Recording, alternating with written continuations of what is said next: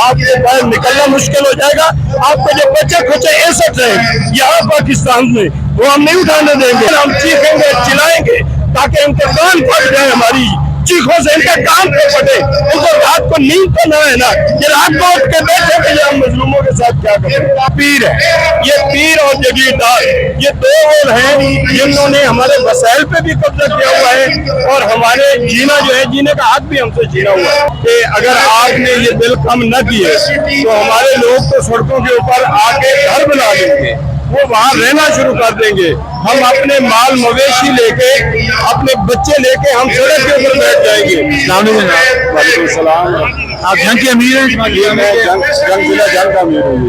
اچھا, یہ ہم لوگوں سے پوچھیں کہ جو دھرنا دے رہے ہیں اس کا اثر گورنمنٹ پڑے گا اور کب تک آپ دھرنا جاری رکھیں گے؟ بسم اللہ الرحمن الرحیم. دیکھیں, ہم نے یہ مسئلہ اپنا نہیں اٹھایا, یہ 25 کروڑ عوام کا مسئلہ ہے. اور بالخصوص ہمارے جنگ میں تو غربت اتنی زیادہ ہے کہ ہمارے 50% لوگ جو ہے اس وقت یا میٹر کٹوا چکے ہیں یا کٹوانے کے لیے تیار ہیں. ہمارے یہاں تو بہت ہی زیادہ غربت ہے. اس لیے ہم تو حکومت سے یہ کہتے ہیں کہ اگر آپ نے یہ دل کم نہ کیے تو ہمارے لوگ تو سڑکوں کے اوپر آ کے گھر بنا لیں گے, وہ وہاں رہنا شروع کر دیں گے. ہم اپنے مال مویشی لے کے, اپنے بچے لے کے ہم سڑک کے اوپر بیٹھ جائیں گے. پھر اس سے بہتر ہے کہ آپ ہی ہماری دال روٹی کا اہتمام کریں, ہمیں جیل میں ڈالیں. ہمیں اب اس گھٹن والی فضا میں زندگی بسر نہیں کر سکتے. اس لیے ہم حکومت سے یہ مطالبہ کرتے ہیں کہ حافظ نعیم الرحمان صاحب نے ہمیں 1 مہینے کی کال دی ہے, اگر یہ کال بڑھا بھی دے تو انشاءاللہ جنگ کی عوام میرے ساتھ ہے اور جنگ کی عوام میں ہم موجود ہیں. اس دفعہ ہم نے وہاں پہ حافظ نعیم الرحمان صاحب اور جماعت کی ٹکٹ پہ 6 سیٹوں پہ MP کھڑے کیے تھے اور لوگ تنگ ہیں جگیرداری سسٹم سے. ہمارے یہاں تو صرف یا جگیردار ہے یا پیر ہے. یہ پیر اور جگیردار یہ دو اور ہیں جنہوں نے ہمارے وسائل پہ بھی قبضہ کیا ہوا ہے اور ہمارے جینا جو ہے, جینے کا حق بھی ہم سے چھینا ہوا ہے. ہمیں تو آزادانہ ووٹ بھی نہیں دینے دیتے, ہماری تو آواز ہی کوئی نہیں ہوتی. ہمارے ہاں تو میٹر ریڈر جو ہے وہ آج بھی 100 یونٹ اضافی ڈال دیتے ہیں.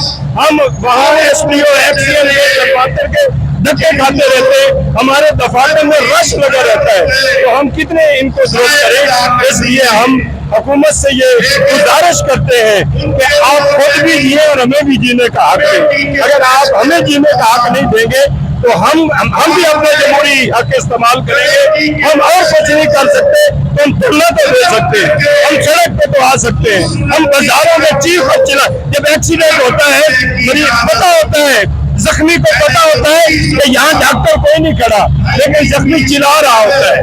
اسی طرح ہمیں پتہ ہے کہ یہ گونگے ہیں, یہ بہرے ہیں, یہ بے ضمیر ہیں, ان کے پاس کوئی ہمارے مسئلے کا حل نہیں ہے.